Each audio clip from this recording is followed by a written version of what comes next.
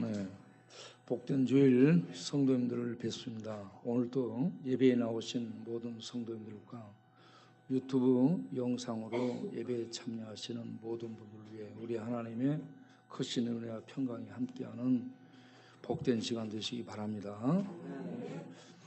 저 위에 보니까 이유님 성도님이 오랜만에 오셨어요. 계단에서 굴러 떨어져 가지고 거동을 못 하셨던 분인데 이렇게 움직여서 나오셨어요. 너무나 감사합니다. 주의 이름으로 환영합니다.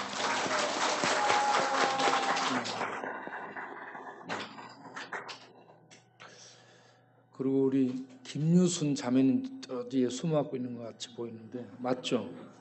네, 김유순 보람의 엄마 나오셔서 반갑습니다. 박수로 환영하겠습니다. 우리 장영아 집사님이 방금 이렇게 어디에 있었던 거예요? 노래를 찬양을 했는데 그 장영아 집사님을 정영아 집사님, 정영아 집사님을 이렇게 인도를 하게 된 분이 우리 김유순 자매님입니다. 김유순 자매님이 뭘 자꾸 갖다 주더래요. 어느 교회 나가냐고 물어보니까 영등포 광역교회 나온다고. 그래서 이제 이렇게 관심을 갖고 보다가 교회를 나오게 됐답니다. 여러분 계속 갖다 주시기 바랍니다.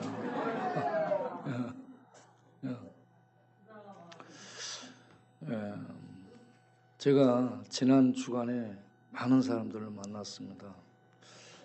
첫 번째 만난 사람은 파킨슨 병에 걸려가지고 움직이기가 어려운 분, 이렇게 제 아내랑 몇 사람이 가서 이렇게 돌봐서 병원에 모시고 가서 이런저런 체크를 받을 수 있도록 도와준 분인데, 오고 가며 얘기를 나누다 보니까 젊은 날 인천에서 웨딩홀을 크게 했던 분이라고 합니다. 한 1000평 정도 했던 분인데 그렇게 하면서 돈을 자루에 긁어 담았대요. 그래서 돈을 하도 많이 이렇게 벌게 되니까 세지를 못했답니다. 돈을 세지 못하고 이걸 집에 가지고 들어오면 강도들이 쳐들어와서 죽일 것 같아서 집에서 잠을 못 자고 돈자를 들고 차에 가서 잤대요. 돈 때문에 고생을 그렇게 할 리가. 불쌍했어요. 그렇게 잘 나갔던 분이지만 성공하고 사장님 얘기를 들었는데 나중에 모래를 잡은 것처럼 돈이 다 빠져나가더랍니다. 세상 끝 모래 잡은 것처럼, 모래 바닷가에 잡고 있어 봤죠? 잡으면 싹 빠져나가죠. 바람 잡는 것처럼 헛되고 헛된 것입니다.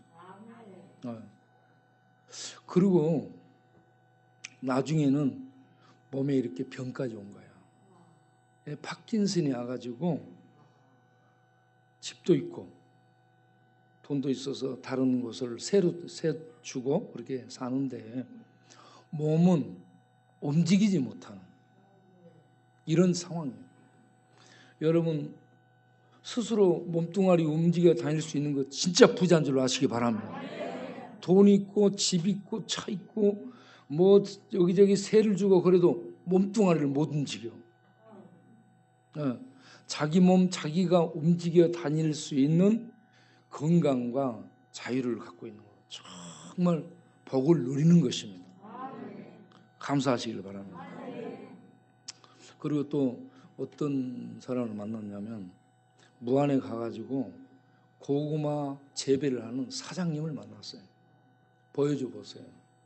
무안 고구마 사장님. 이분이 사장님이에요. 우리가 현장에 갔죠. 사업 현장에 갔습니다. 그리고 방에 들어가서 기도도 이렇게 해드리게 됐죠. 그래서 저는 고구마 하게 되면 이렇게 한 1, 2만 평 하는 줄로 알았어요. 저번에 이천 가서 배추 재배하는 분 만났더니 한 2만 평 재배한다 하더라고요. 그것만 해도 어마어마한데 여기 고구마 농장은 15만 평 정도. 1년에 소득이 100억 대입니다. 이게 뭐 어마어마, 입이 떡 벌어지죠. 그리고 저기에 가서 그 차에 앉아 있는 친구 있잖아요. 저 차에 지금 앉아 있는 모자 쓰고, 이 친구를 제가 옛날 뉴저지에서 집회하고 공항에 갈 때 이 친구가 나를 데려다 줬거든.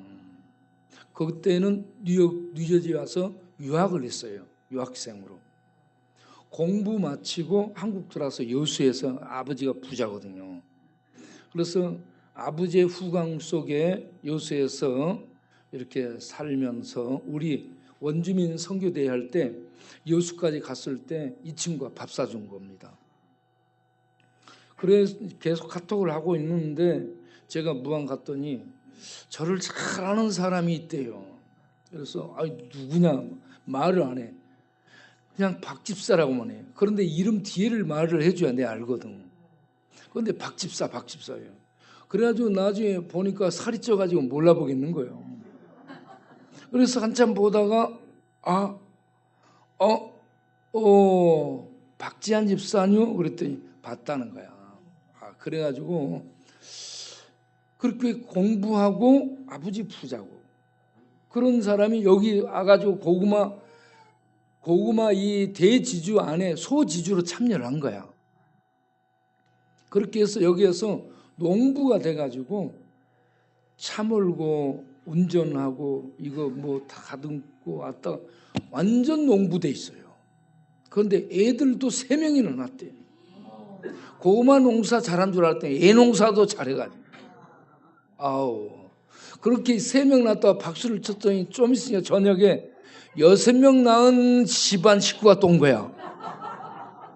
와, 놀랐어요. 우리 여기에 계신 여러분들 아브라함과 사라의 은혜가 임하기를 바랍니다.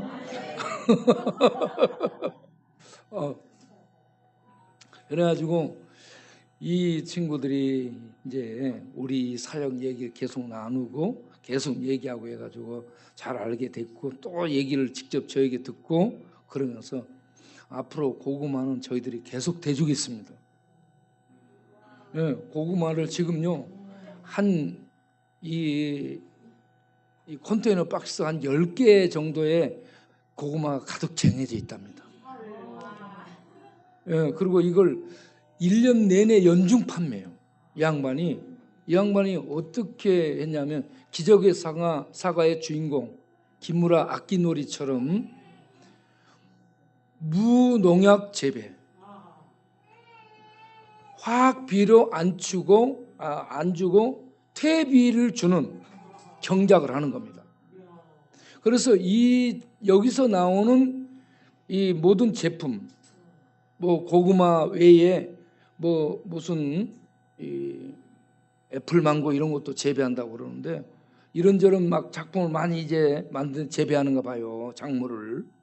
그런데 농약 안 치고 그리고 화학비료 안 쓰고 이 퇴비 이걸로 직접 만들어서 밭을 이렇게 일구는 거예요.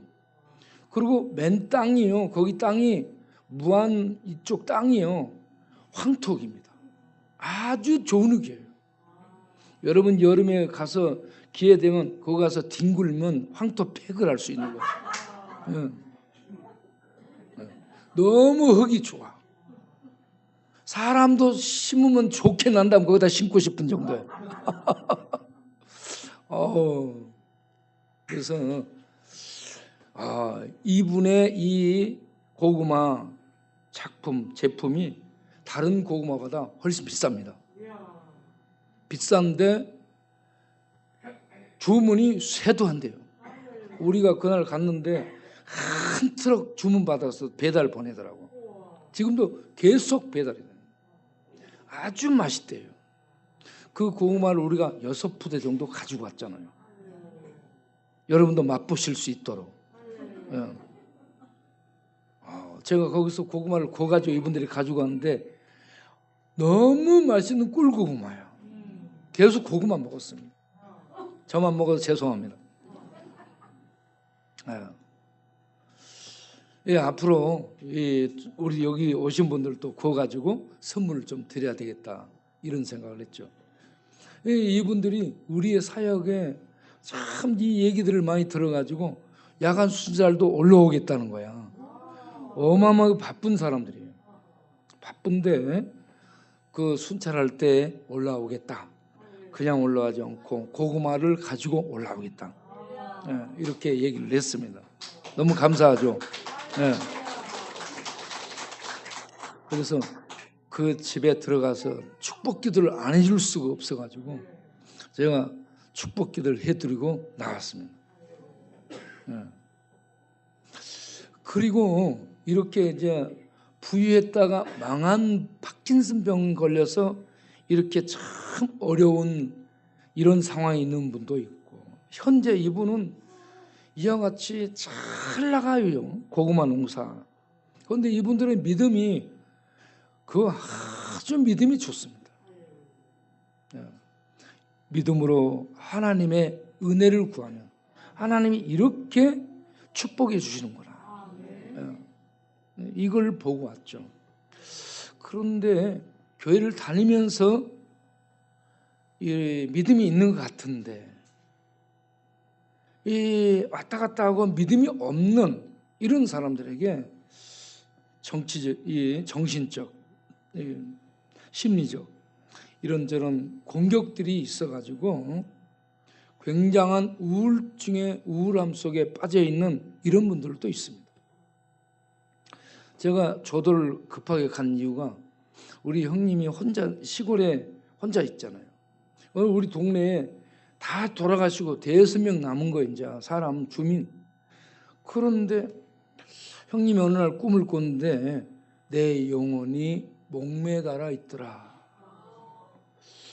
그런 꿈을 꾸고 영양제를 마셔도 얼굴이 붓고 허리가 아프고 깔아지지 않고 이게 참 힘들다라고 얘기하고 그 꿈속에 본 목매달았다는 이 얘기가 이거의 뇌와 이 정신세계를 지배하는 거야. 사람은 환경에 지배받고 가난한 물질에 지배받고 꿈과 정신세계의 어떤 사상, 영적 이러한 어떤 것들에 지배를 받게 되는데 그렇게 지배를 받고 있어요. 그래서 안 되겠다. 내가 시간 내서 가야지. 이런 경우는 예배를 드려야 됩니다. 예배를 드리고 하나님의 임재와 하나님의 다스림 안에 있도록 해드리게 되면, 그걸 확신하게 되면 이런 영적 현상이 떠나가게 됩니다. 어둠의 지배, 마음과 생각을 통해 또 옛 기억을 통해 아픈 상처를 통해 또아를 들고 있는 악의 세력들이 이렇게 우리를 지배하고 이끌어가죠. 어둠 속으로 이끌어갑니다.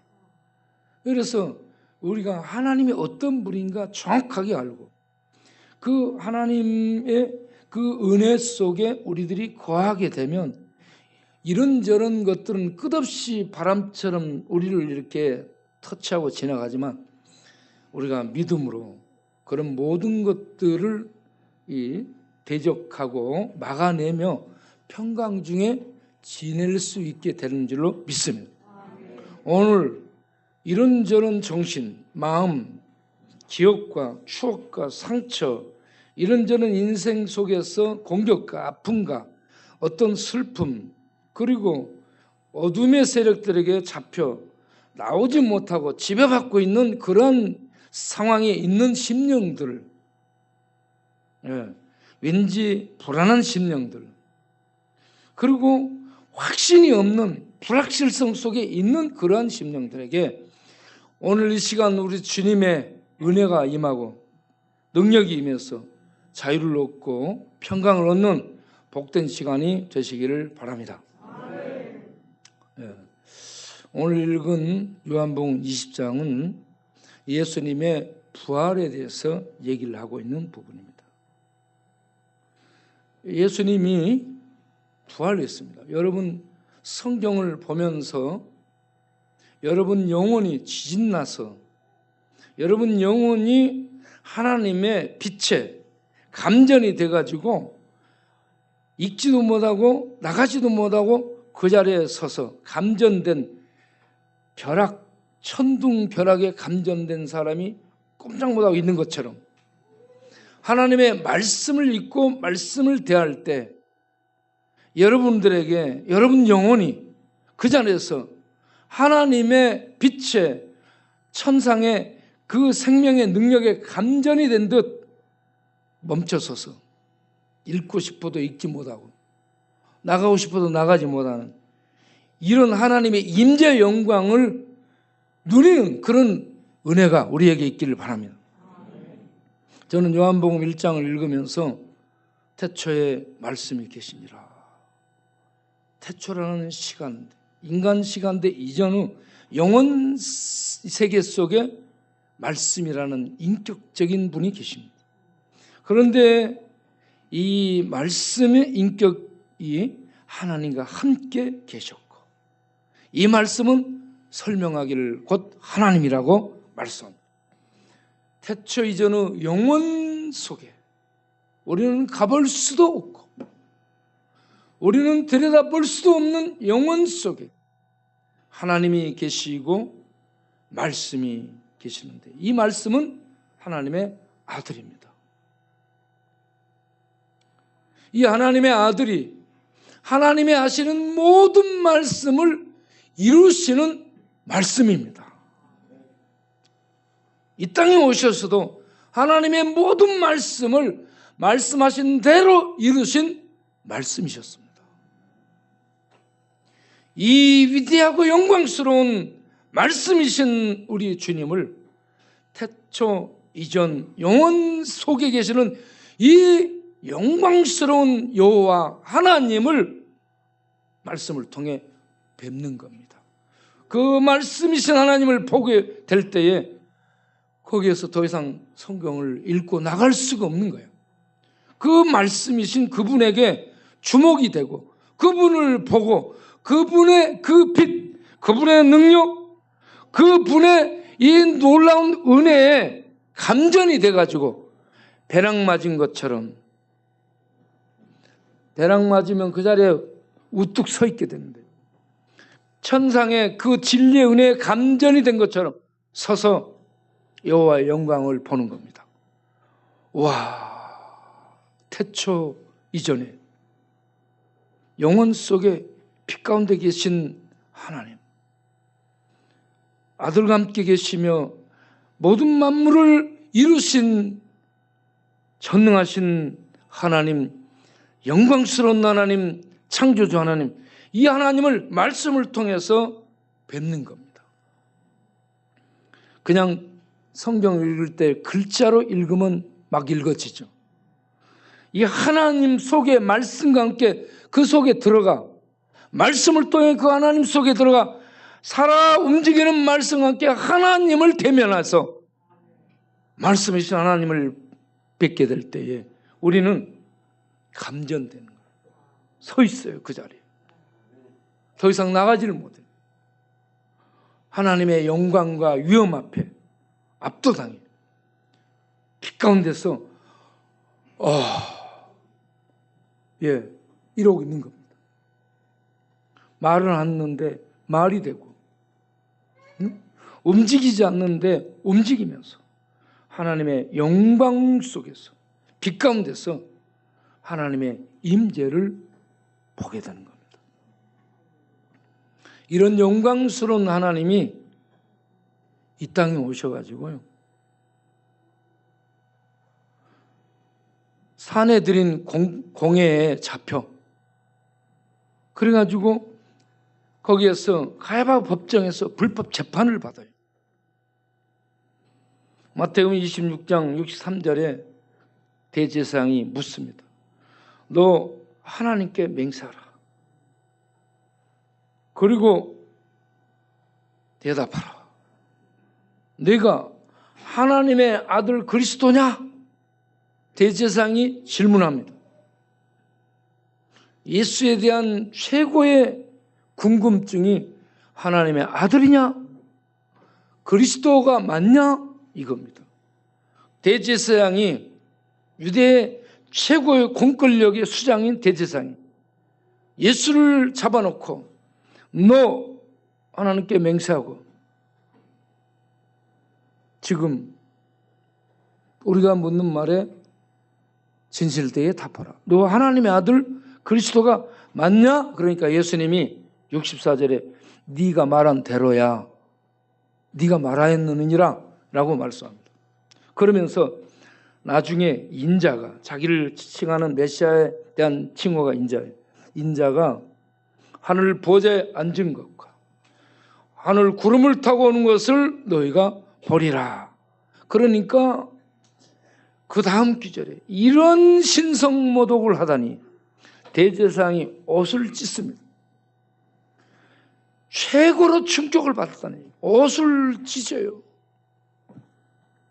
이런 신성모독을 하다니 하나님에 대해서 모독을 하는 인간으로서요, 하나님에 대한 모독을 하는 죄를 범했습니다. 신성모독죄는 사형입니다.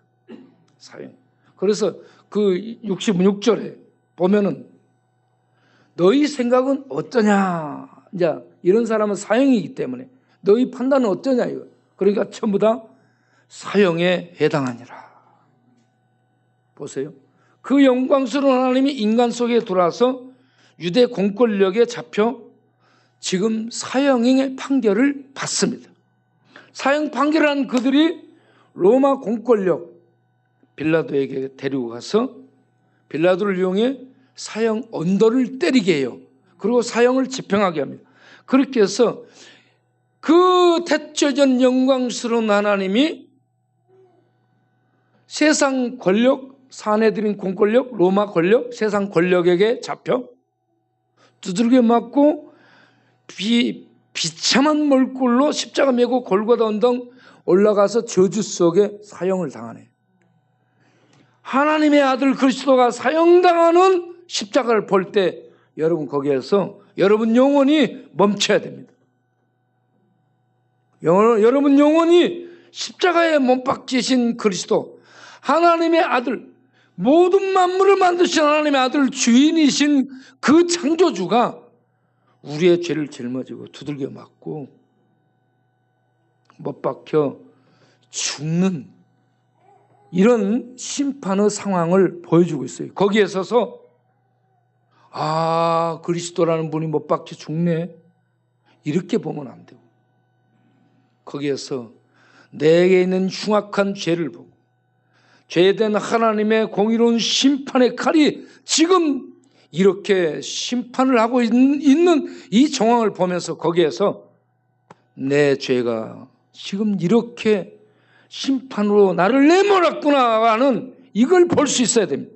그런데 거기에서 내 대신에 죄 없으신 그 영광스러운 하나님이 내 죄를 대신 담당해서 매맞고 추구하고 있구나. 그걸 보면서 떨고 그 자리에서 멈춰야 됩니다. 우리의 영혼이 그 자리에서 감전이 돼가지고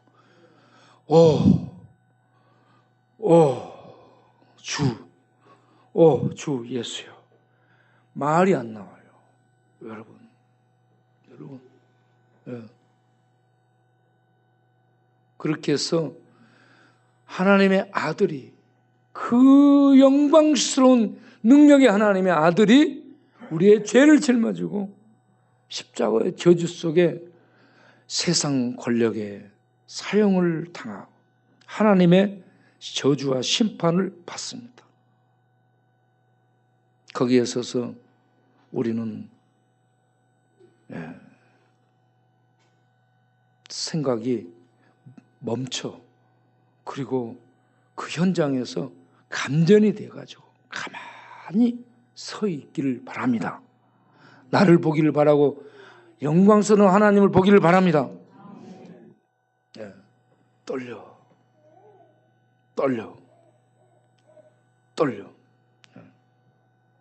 죄에 대해서요.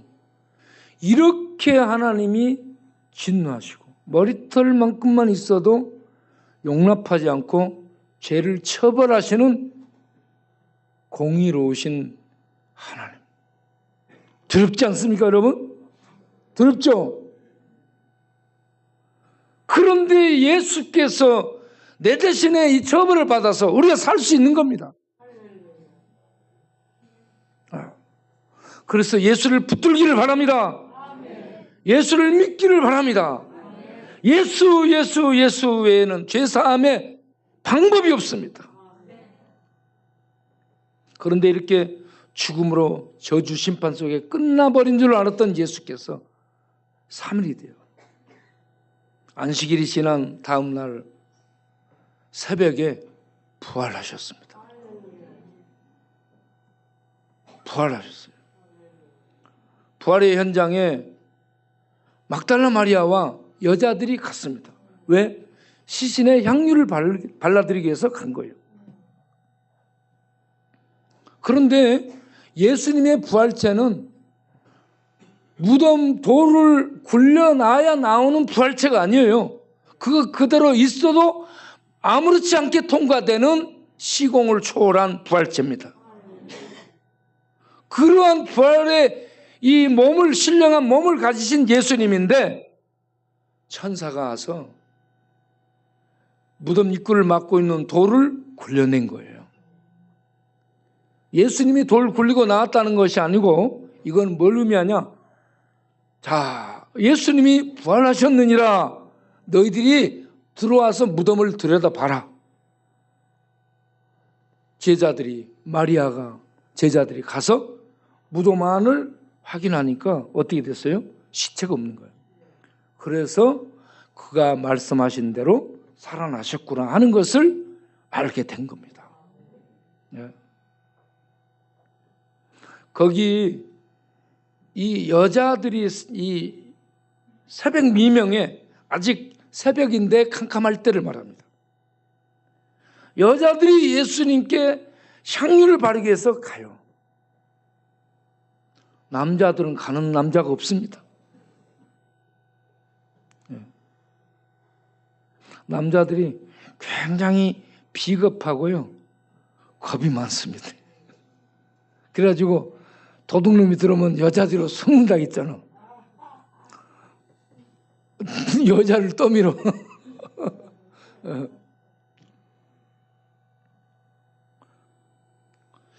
여인네들이 이렇게 무덤에 예수님의 시신에 향유를 바르러 가는데 이 무덤을 막고 있는 돌은 장정 너댓 명이 옮겨야 움직일 수 있는 돌이에요. 거기에다가 본디오 빌라도 총독의 봉인 사인이 도장이 찍혀 있어요. 누구도 손대면 안 됩니다. 거기에 군병이 지키고 있어요. 가까이 접근할 수 없어요.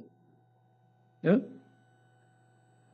그리고 유대인의 정결법에서 시신을 만지면 안 됩니다. 또 이러한 많은 문제가 있는데 이 막달라 마리아, 대표로 이렇게 나오는 이 막달라 마리아, 이 여인들이 이런저런 문제가 있음에도 불구하고 예수님의 시신에 향유를 바르러 가요.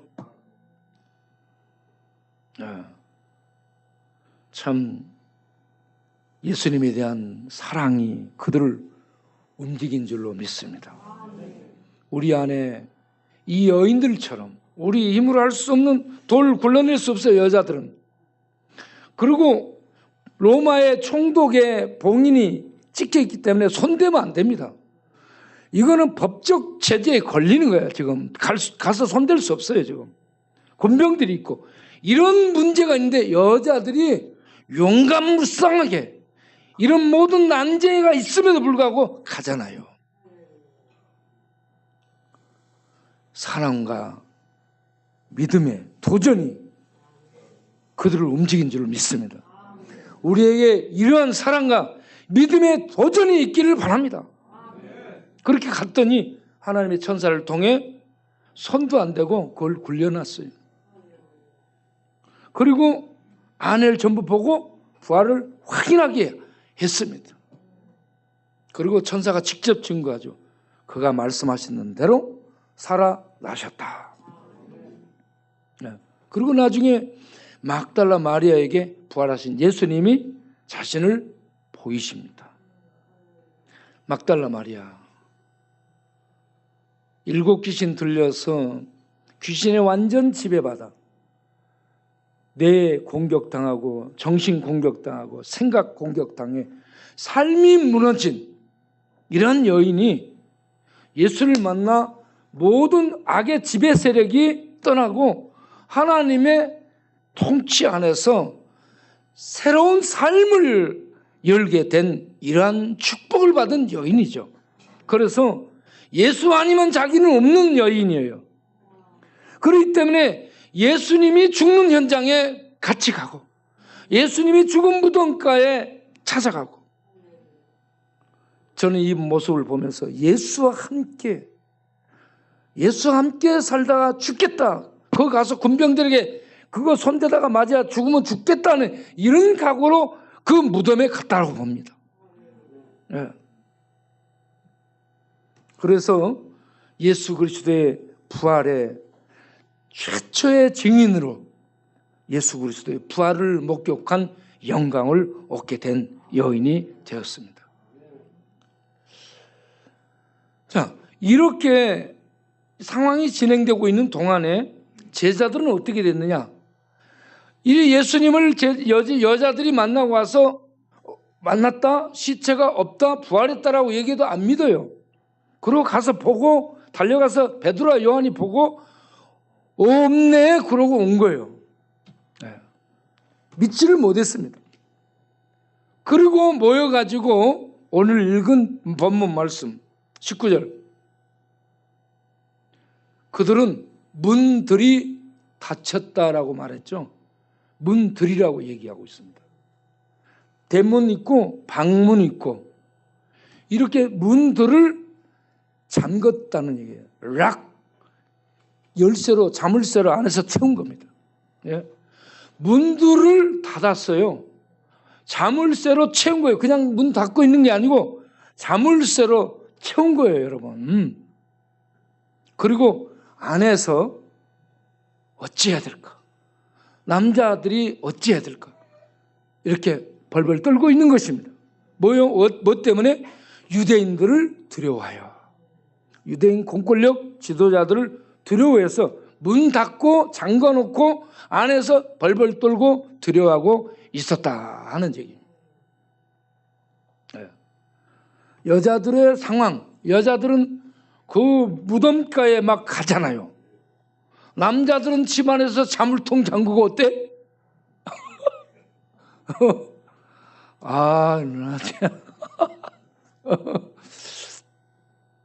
남자들이 이렇게 두려워서 벌벌 떨고 있습니다.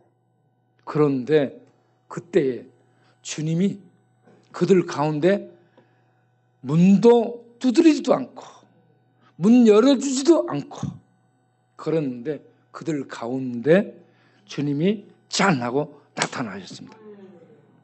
그러니까 제자들이 환영인가? 예? 놀랬을 거 아니에요. 유령인가? 놀랬을 거 아니에요. 그러니까 예수님이 나다. 내 손과 옆구리 창자국을 만져봐라. 나다. 제자들이 기쁨 중에 만져본 겁니다.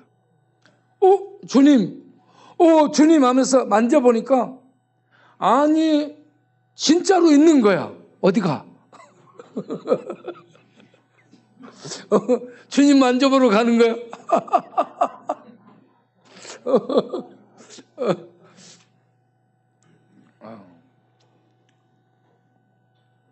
제자들이 예수님의 손에 못자국, 창으로 찔린 옆구리를 확인을 해보니까 아니 벽을 문 열어준 적도 없는데 벽을 통해 들어오시고, 그리고 영인 줄 알았더니 보니 몸이에요.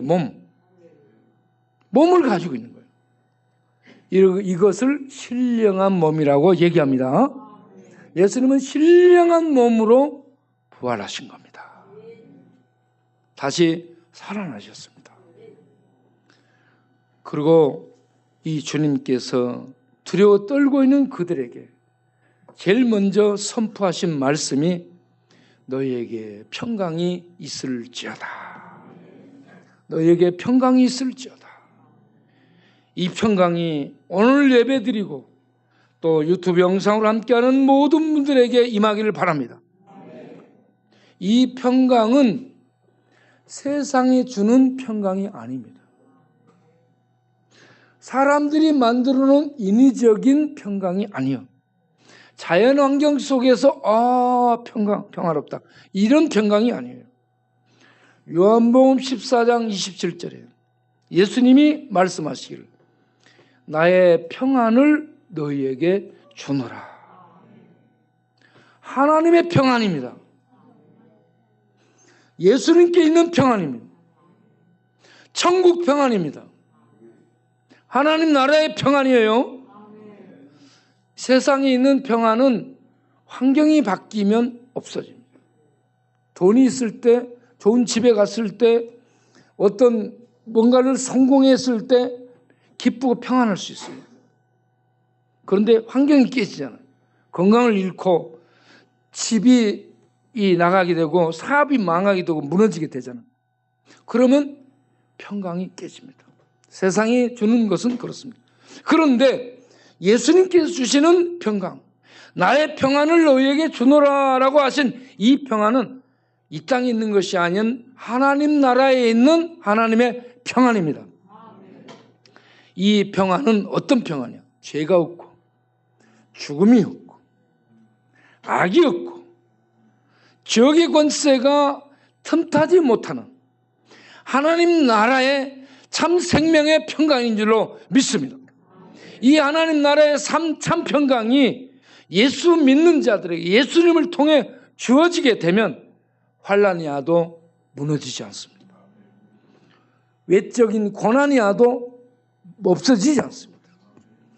내적으로 이런저런 심적인 타격, 어떤 마음, 어떤 생각의 공격들을 받고 그럴지라도 그 안에 있는 하나님의 참된 평안이 깨지지 않고 없어지지 않고 이 평안이 그 심령을 복되게 지켜주게 되는 줄로 믿습니다.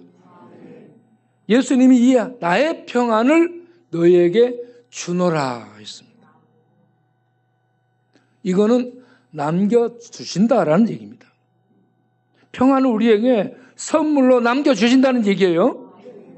줬다가 없어지는 것이 아니고 이게 계속 머물도록 남겨주신다라는 얘기입니다. 이 평안. 이 평안을 가지고 예수님이 제자들에게 너희에게 평강이 있을지어다. 주님을 직접 보고 기뻐하는 그들에게 주님이 계신 곳에 평강이 충만히 임하게 되었습니다. 여러분, 이러한 평강, 세상이 어떠한 타격을 가해도 심리적으로 어떤 영적인 두려운 꿈을 꿨다 할지라도 어떤 사람의 날카로운 말 공격을 받았다 할지라도 거기에 타격을 받지 않는 하나님 나라의 큰 평강이 여러분 안에 있게 되기를 바랍니다. 우리 안에 이 평강이 있기를 바랍니다. 그런데 주님은 두 번째로 또 평강이 있을지어다라고 말합니다. 20절에 너에게 평강이 있을지어다라고 하면서 아버지께서 나를 보내신 것 같이 나도 너희를 보내노라라고 하나님께 파송을 받은 예수님이 제자들을 파송을 하고 있습니다. 여기에 제자들이 11명이 있었습니다. 원래 제자들, 사도들은 12명이었죠. 가룟 유다가 자살했기 때문에 11명이 있는 거예요. 그건 물론 나중에 뽑죠. 그런데 지금 우리가 이걸 묵상하면 11명, 그리고 한 명이 부족한 12명에서 한 명이 부족한 그 한 명이 바로 우리들이라는 것을 아시기 바랍니다. 여러분, 11명의 제자를 보낸 예수님은 거기에 한 명이 부족한데 그 한 명을 우리로 채우기를 원합니다. 우리가 12에 포함돼서 예수님의 파송을 받은, 세상으로 파송을 받은 하나님의 제자들이라는 사실을 기억하시기 바랍니다. 11명의 제자, 나중에 이 채워진 이 사람들만 제자로 파송받았지, 그들만 제자지, 이러면 안 되는 거예요. 예수를 그리스도로 믿고 예수의 왕적 통치를 받고 하나님의 인도를 받는 우리들은 12번째 그 숫자에 우리가 다 포함이 돼서 세상으로 파송을 받게 됨을 믿으시기 바랍니다. 예, 우리가 12번째 제자라 생각하시길 바랍니다. 저는 이 13번째 제자를 돈키호테라 생각합니다. 돈키호테를 내가 좋아해요. 그래서 우리 카페를 돈키호테 카페로 만들었죠. 세상의 불의를 향해, 예, 돈키호테처럼 이렇게 저돌적으로 공격하며 나갈 수 있는 이러한 삶을 생각을 했었기 때문에 13번째 사도는 돈키호테라 생각했는데, 거기까지 안 나가도 우리가 12번째 사도에 우리가 포함된다는 걸 아시고 여러분과 제가 전부 다 세상으로 파송받는 제자 그룹에 우리가 들어가시기를 바랍니다. 나는 제자다, 12번째 파송받은 제자다, 이렇게 생각하시길 바랍니다. 자, 그런데 이렇게 파송을 시키면서 예수님이 그 제자들에게 무슨 행동을 하느냐면 소문을 내시면서 성령을 받으라 라고 얘기합니다. 소문을 내시며 성령을 받으라. 그러면서 성령을 받게 되는 목적이 복음을 전해서 누구든지 복음을 받아들이는 사람은 죄 사함을 얻도록 하고, 복음을 받아들이지 않는 자들은 죄 사함을 받지 못하는 저주 가운데 있게 되는 겁니다. 이건 영적 전투예요. 영적 싸움이에요. 세상에 이 사탄이 지배하고 죄가 지배하는 이 세상 속에 나아가 하나님의 보내심을 받아 이 복음을 전해, 죄 사함의 복음, 구원의 복음, 천국 복음을 전해 죽어가는 영혼들을 구원해내는 이 일을 하는데, 여러분 학위 가지고 되지 않습니다. IQ로 되지 않습니다. 머리 안 됩니다. 지식 아니에요. 네. 하버드를 나오고 옥스퍼드를 나와도 이거 죄사함의 복음 전도하는 거 못합니다. 죄사함의 복음 전하는 거 이거 못해요. 학위의 영광을 뒤집어 쓰고 있는데 복음은 못 전해요. 복음은. 예. 그럼 어떤 사람이 이 복음을 전할 수 있는가? 성령을 받은 사람들이 복음을 전할 수 있습니다. 그래서 예수님이 야, 옥스퍼드 가서 학위 받아라, 야, 하버드 가서 학위 받아, 그래야 이거 전한다, 이렇게 하지 않았어요? 성령을 받으라라고 했습니다. 성령은 아버지와 아들에게서 보냄을 받은 하나님이죠. 하나님의 영인데 이 성령이 지혜이며 능력입니다. 그래서 사도행전 1장 8절에 예수님이 말씀하죠. 성령이 너희에게 임하시면, 성령을 하나님이 보내실 텐데 성령이 임하시면 너희에게 능력이 있게 돼서 너희가 권능을 갖게 되고, 그 권능에 의해서 예루살렘, 온 유대, 사마리아 땅끝까지 이르러서 증인이 되리라. 증인이 되리라 했습니다. 성령의 능력이 증인된 삶을 사는 현장에 내몰아서 증인이 되게 한다는 얘기입니다. 학위가 아니에요. 물론 기본적인 그런 것을 전부 갖고 있어야 됩니다. 저는 우리 교회 성도님들이 오순절에 보내심을 입은 성령의 능력의 충만함을 잊기를 바랍니다. 제자들이 무서워 벌벌 떨고 있던 제자들이 성령의 능력이 임하니까 능력을 받아. 두려움을 벗습니다. 성령의 능력이 임하면 확신 속에 들어가게 돼요. 하나님, 전능하신 하나님의 자녀요, 하나님의 통치를 받는 백성이요, 하나님이 책임져주는 그런 하나님의 자녀가 됐다는 것을 믿게 되는 거예요. 믿는데 지식만 갖고 있는 게 아니라 자기의 영혼으로 확신을 하는 거예요. 확신을 하게 되면 그래, 내가 주를 위해서 살리라. 그런데 능력이 없네. 그때 성령의 능력이 임해서 그에게 불을 지펴주는 거예요. 그러면 자동차도 불이 붙어야 가는 것처럼 성령의 능력이 우리 안에 불로 역사하게 되면 가만히 있을 수가 없는 거예요. 불 붙었는데, 불이 타는데 아이 뜨거워. 불이 붙었는데 가만히 있겠어요? 움직이게 돼 있습니다. 움직이지 못하는 사람은 속에 불이 없는 거예요. 불이 없어요. 지식은 있는데. 지식이 있는데 불이 없기 때문에 이게 움직여지지 않습니다. 그러면 골칫덩어리가 되는, 고철덩어리가 되는 거예요. 우리 안에 지식도 있고 확신도 있고 하나님의 능력의 불이 우리 안에 불타기를 바랍니다. 그래서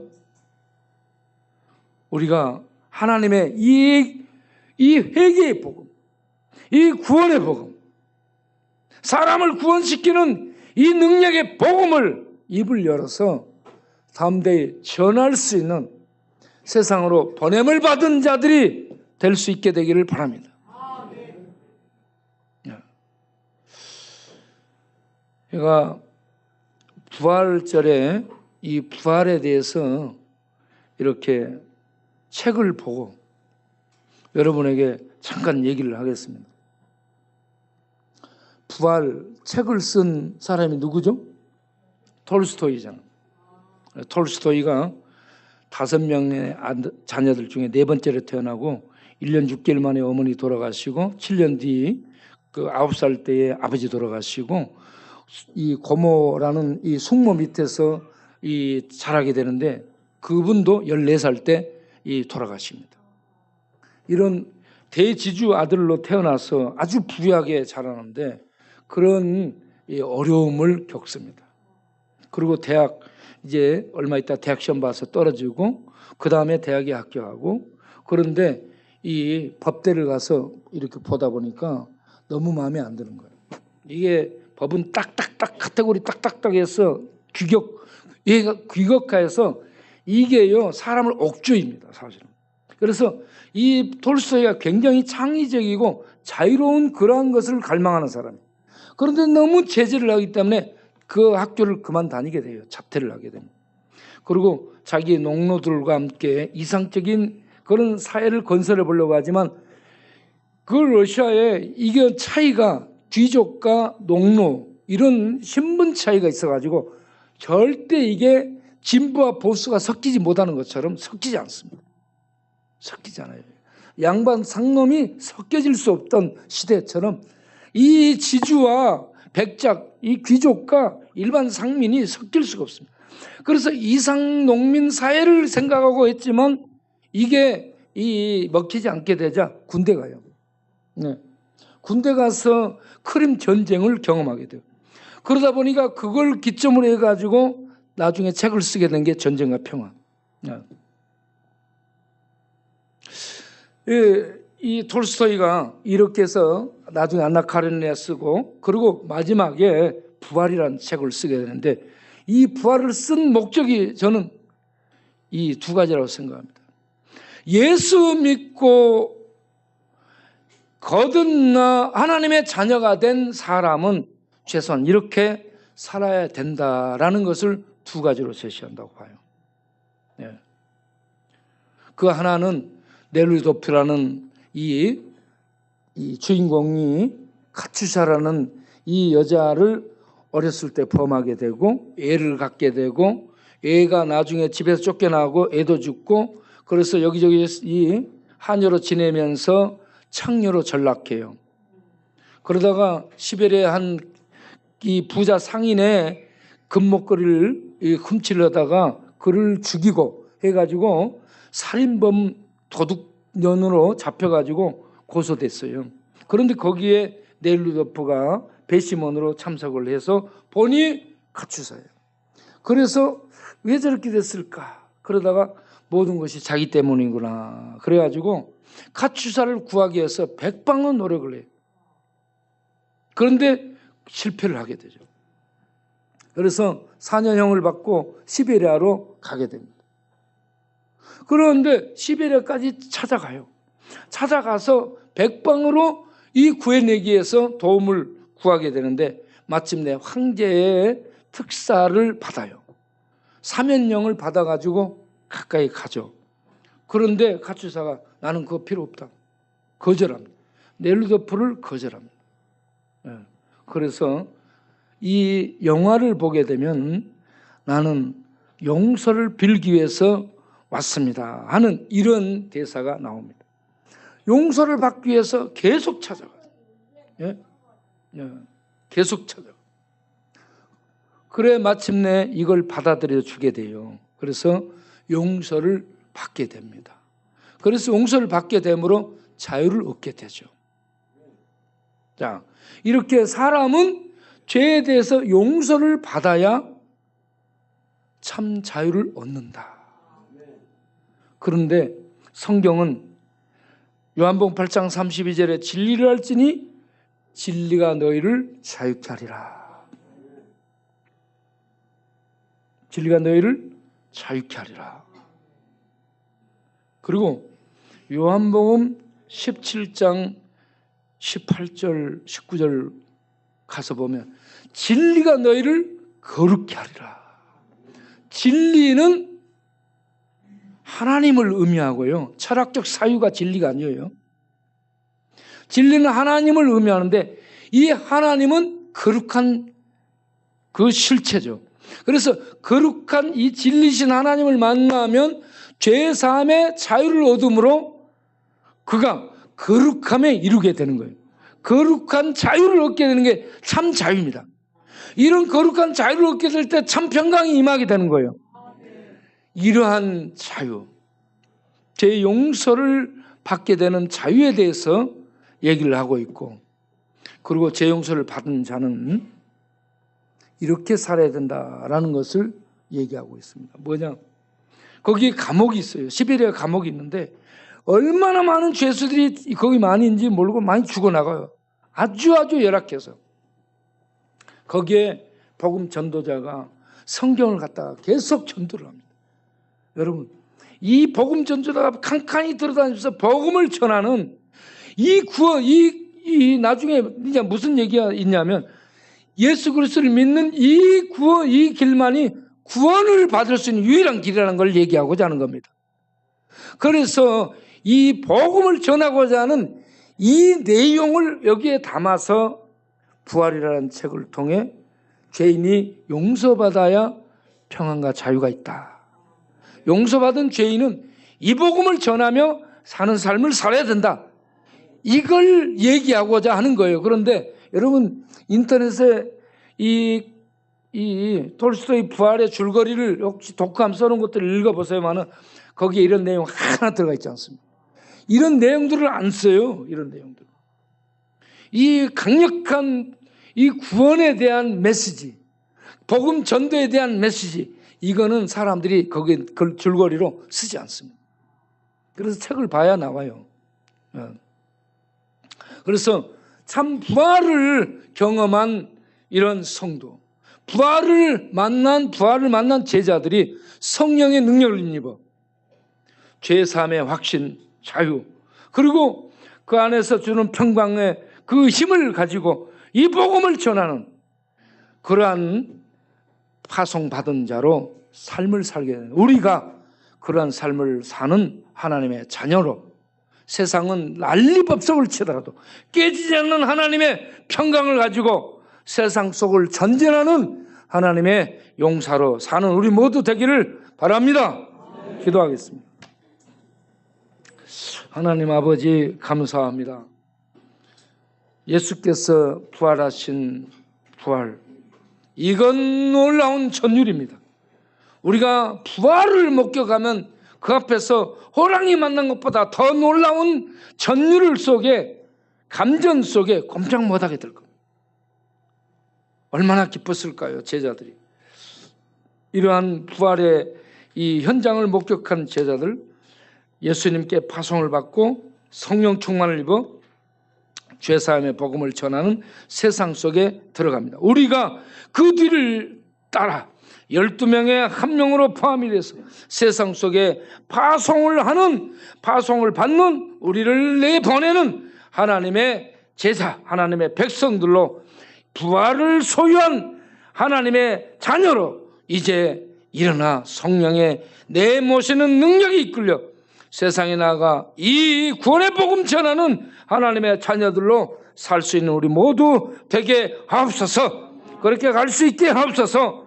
평강을 주시고 확신을 주시고 성령의 능력으로 충만케 하셔서 우리가 세상에 나가 이 구원의 복음을 전해 세상을 살리는 하나님의 일꾼들이 다 될 수 있는 영광에 참여하게 하여 주옵소서.